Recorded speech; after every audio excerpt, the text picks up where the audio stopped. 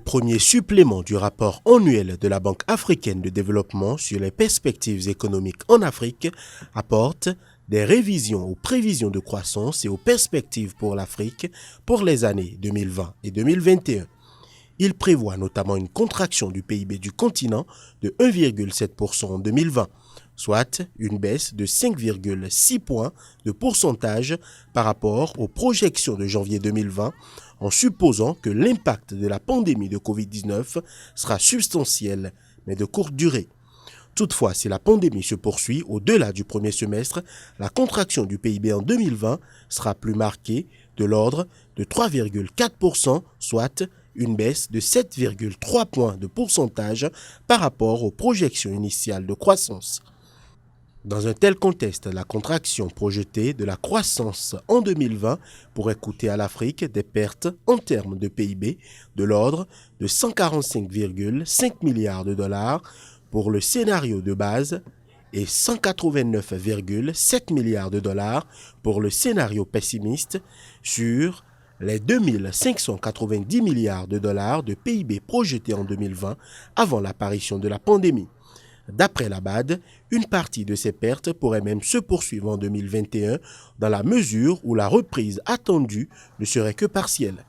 Ainsi, les pertes du PIB prévues en 2021 pourraient se chiffrer entre 27,6 milliards de dollars pour le scénario de base et 47 milliards de dollars pour le scénario pessimiste par rapport aux prévisions initiales de PIB de 2760 milliards. Pour la BAD, l'impact global de la pandémie sur les résultats socio-économiques reste cependant incertain sur le continent. Il va dépendre de l'épidémiologie du virus, de la gravité de ses impacts sur l'offre et la demande, de l'efficacité des réponses au niveau des politiques publiques et de la persistance des changements de comportement.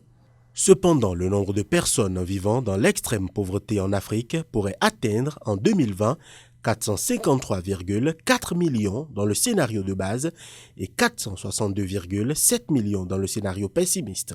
En 2021, le nombre de personnes vivant dans l'extrême pauvreté pourrait croître entre 34 et 49,2 millions en raison de la pandémie et de la chute du PIB en dessous des taux de croissance démographique. Par ailleurs, la BAD estime que dans un scénario de base de contraction du PIB de 1,7%, 24,6 millions d'emplois pourraient être perdus en 2020 sur le continent.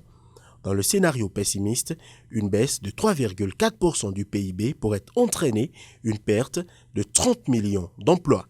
Les travailleurs pauvres, qui représentent près de la moitié des salariés, seront les plus affectés, entraînant ainsi une hausse du nombre de travailleurs reconvertis dans l'informel comme stratégie de survie.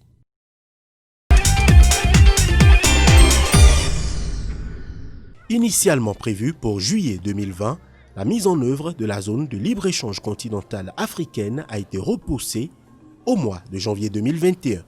Ainsi, la concrétisation de la nouvelle plus grande zone de libre-échange commercial que l'Afrique n'a jamais abritée, avec un PIB cumulé de plus de 3 400 milliards de dollars et 1,3 milliard de potentiels consommateurs, se fera dans 6 mois. Ceci en marge de la prochaine session ordinaire de l'Assemblée des chefs d'État qui regroupe tous les pays africains. En attendant cette nouvelle date, les États partis à l'accord de libre-échange devront œuvrer à conclure les négociations sur les tarifs commerciaux et autres protocoles dans le cadre de la ZLECAf.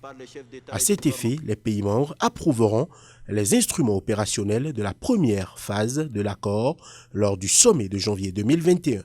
Il s'agit notamment des règles d'origine qui détermineront l'éligibilité des biens à échanger dans la zone et des modalités telles que la protection des industries naissantes.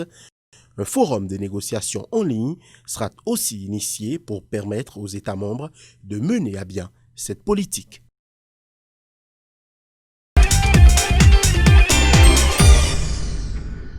En raison de la crise sanitaire liée au nouveau coronavirus, le secteur maritime guinéen a enregistré une perte de 7 millions de dollars américains.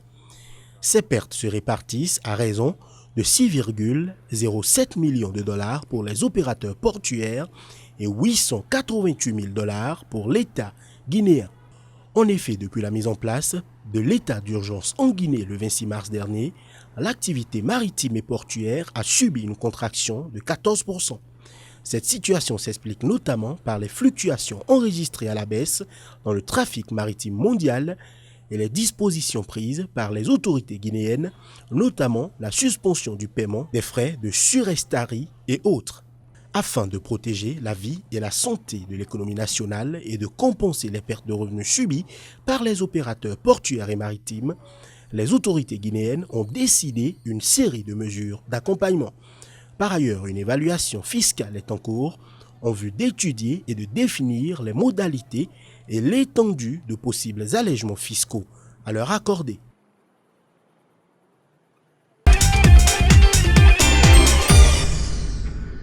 En seulement 4 mois, soit depuis le démarrage des premiers confinements dans le monde, le tourisme international aura perdu jusqu'à 1200 milliards de dollars américains, soit 1,5% du PIB mondial. C'est ce qui ressort du dernier rapport de la CNUSED, entendez, Conférence des Nations Unies sur le commerce et le développement. Selon cette instance, les pertes enregistrées dans le secteur pourraient même atteindre 2200 milliards de dollars, soit 2,8% du PIB mondial, si la suspension du tourisme international dure encore 4 mois. Dans le scénario le plus pessimiste, c'est-à-dire avec une interruption de 12 mois du tourisme international, la CNUSED estime les pertes à 3300 milliards de dollars américains, soit 4,2% du PIB mondial. Cette situation impacte aussi bien les pays riches que les pays en développement. Ceux qui subiront les plus importantes pertes en termes de PIB sont au nombre de 15, avec à leur tête la Jamaïque, la Thaïlande et la Croatie, qui perdront respectivement 11%, 9% et 8% de leur PIB. Parmi les pays les plus touchés, on dénombre aussi 6 États africains, à savoir le Kenya et le Maroc, qui subissent des pertes évaluées par la CNUSED à 5% de leur PIB chacun, suivis de l'île Maurice, du Sénégal, de l'Égypte et de l'Afrique du Sud, avec chacun un recul de 3% du PIB. Les pertes touristiques induites par le coronavirus ont un effet d'entraînement sur d'autres secteurs économiques qui fournissent les biens et services que les voyageurs recherchent pendant leur séjour, comme la nourriture, les boissons et les divertissements. La CNUSED estime donc que pour chaque million de recettes touristiques internationales perdues, le revenu national d'un pays pourrait baisser de 2 à 3 millions. Au Kenya et à Maurice par exemple, le secteur de l'hébergement, de la restauration et des services va enregistrer un recul de 55% avec l'arrêt des activités touristiques. Ce repli sera de 23% en Égypte et de 22% en Afrique du Sud. Au Maroc, en Égypte et au Sénégal, le secteur des services récréatifs va également baisser respectivement de 55%, 18% et 12%. Quant au commerce, il va plonger de 27% à Maurice, alors que le secteur de la construction devrait enregistrer un recul de 4% en Afrique du Sud. La chute massive des arrivées de touristes a également laissé un nombre croissant de travailleurs qualifiés et non qualifiés au chômage ou avec moins de revenus. Pour la CNUSED, les mesures de confinement en vigueur dans certains pays, les restrictions au voyage, la réduction du revenu disponible des consommateurs et le faible niveau de confiance pourraient ralentir considérablement la reprise du secteur. Car si le tourisme redémarre lentement dans certains pays, il reste au point mort dans beaucoup d'autres nations.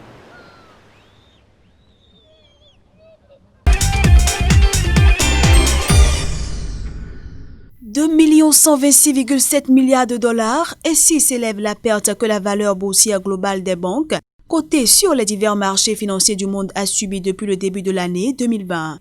Cette perte concerne un nombre global de 1841 entreprises.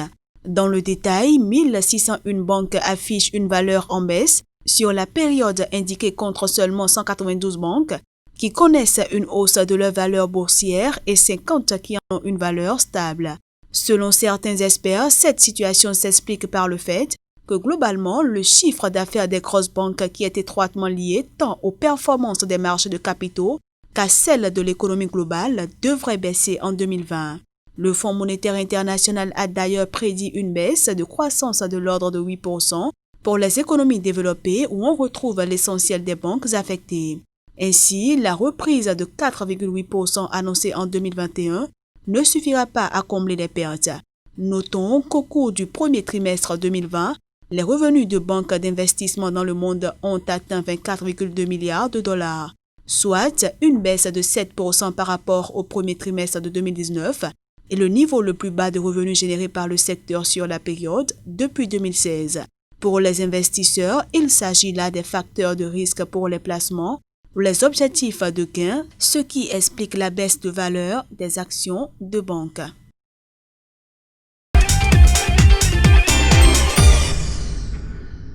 715 millions de dollars, c'est la somme dont le Ghana va bénéficier de la part de la Banque mondiale.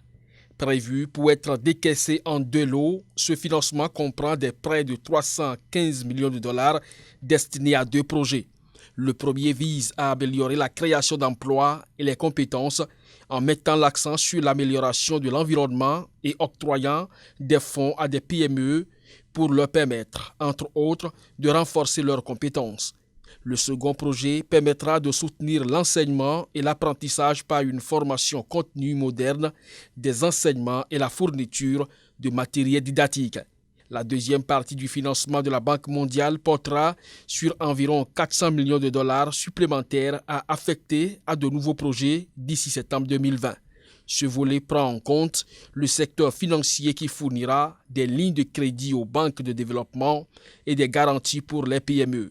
Des fonds supplémentaires seront également consacrés au secteur de l'eau.